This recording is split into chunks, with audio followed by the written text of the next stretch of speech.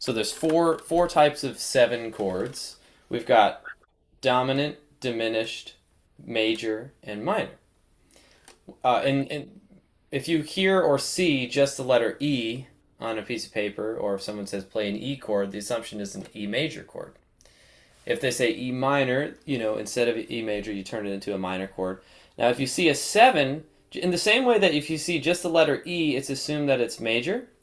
If you see E7, it's assumed that of the 4 options of 7 chords, dominant, diminished, major, and minor, the assumption is actually that it's dominant, which just means that of the 4 7 chords, as they occur in music, dominant is the most common. And what does dominant mean? It means a major chord plus a flat 7.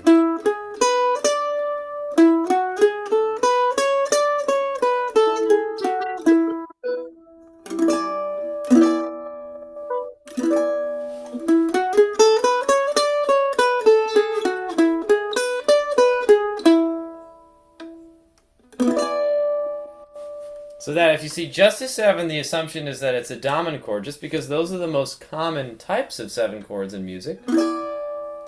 If you see E, the letter M, then 7, that means E minor 7. That means instead of a major chord with a flat 7 on top, you have a minor chord with a flat 7 top.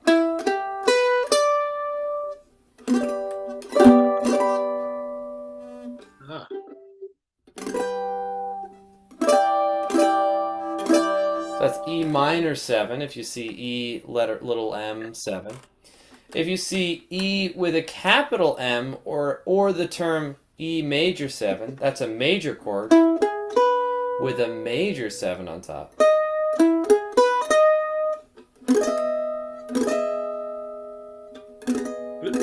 So a major 7 is in the regular scale. You go up a.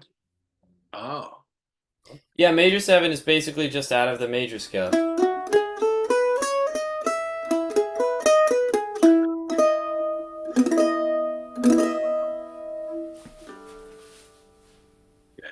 That type of chord is more floaty, but less tense.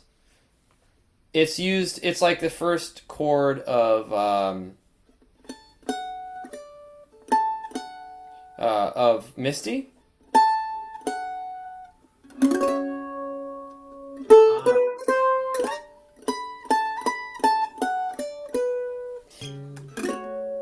There's only so many options for 7 chords on mandolin, but I would usually play it like this with the 5th. But anyway, the idea is that's a D7, D major 7 chord.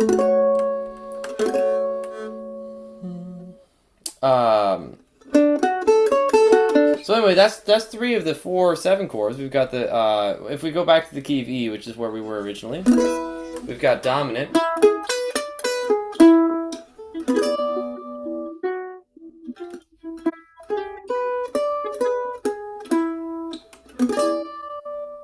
And that's a major chord.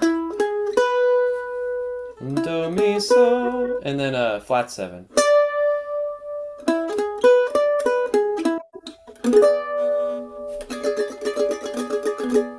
So is that the intent, though, is to guide you into the next chord sound? Well, yeah, so the reason why the dominant chords are the most common is because they have the biggest obvious pull to the next chord. So, for example, you might have heard something go like,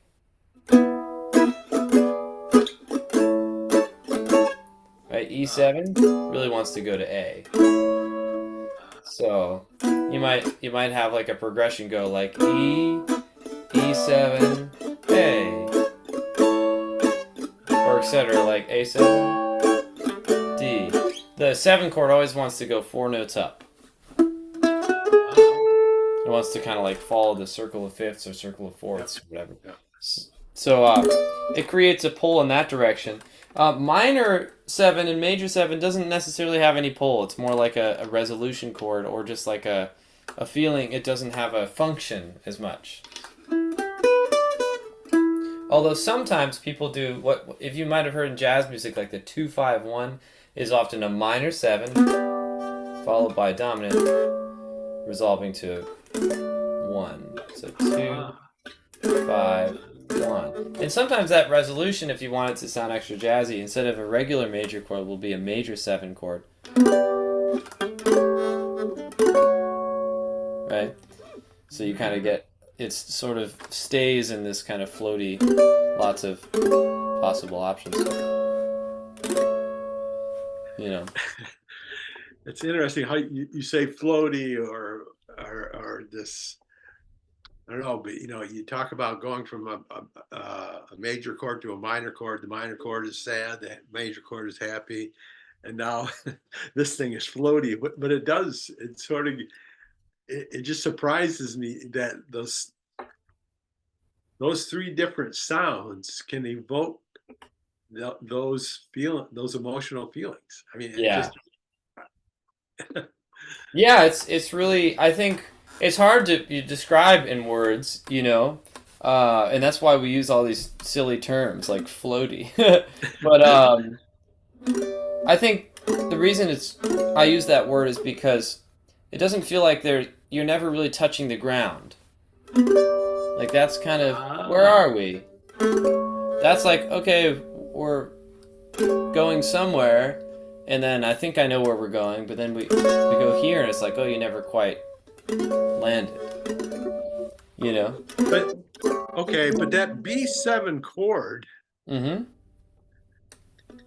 that floaty sound in a blues song, is that sort of to like Well, I appease you? wouldn't I wouldn't use floaty as a description of just a 7 chord on its Oh, own. so, I use floaty to describe this 2-5-1 result, like this this common jazz chord progression where you do a minor 7 chord followed by a dominant chord followed by a major 7 chord. That's like a common jazz progression that kind of creates a lot of freedom for the improviser to play a lot of different notes because it doesn't ah, it never like okay. quite goes home, so you can interpret it in a lot of ways. Yeah. A 7 chord on its own has natural tension and it has a natural pull to for the chord that's basically 4 notes up from that,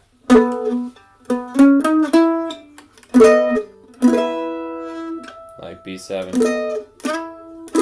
really wants to go to E.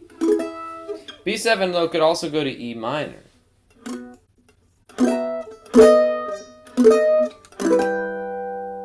Right?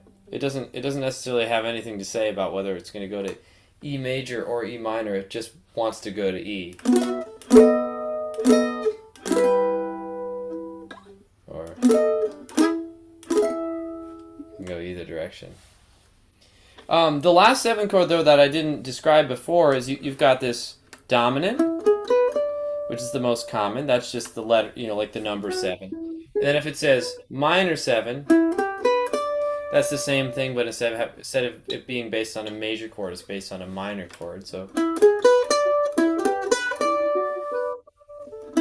and that like kind of sits nicely on E. It's just a square or a rectangle.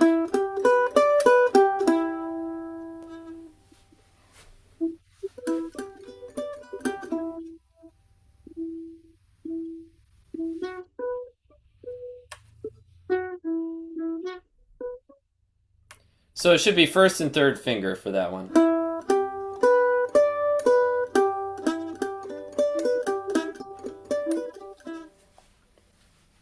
Okay.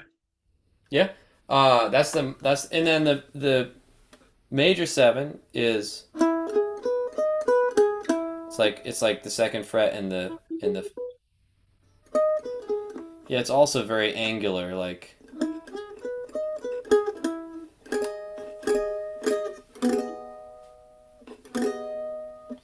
oftentimes the way that people play these 7 chords because they're really wide is they just play 3-note versions of them.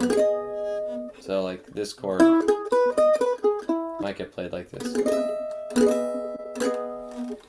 But anyway, the last one is a diminished chord. So if you said E, if you saw the word E diminished 7, or sometimes E with a circle, like a little Yeah. circle. That means I guess there's now that I think about it, there's 5 types of 7 chords because you can have a diminished chord. I'm sorry, you can have basically there's 2 types of diminished chords. One is a minor chord. I'm sorry, one is a diminished chord plus a major third.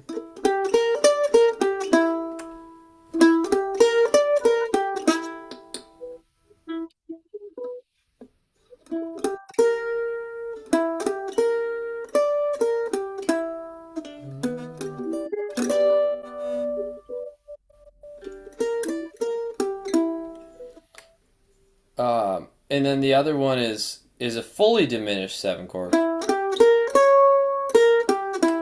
That one is you just keep going up by 3 half steps at a time.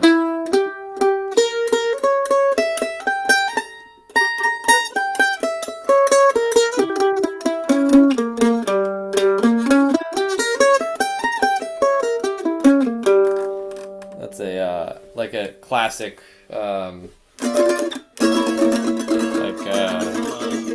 damsel in distress chord. Yeah. You know, like Kind of on the railroad tracks. yeah, railroad tracks, right? Yeah. Yeah.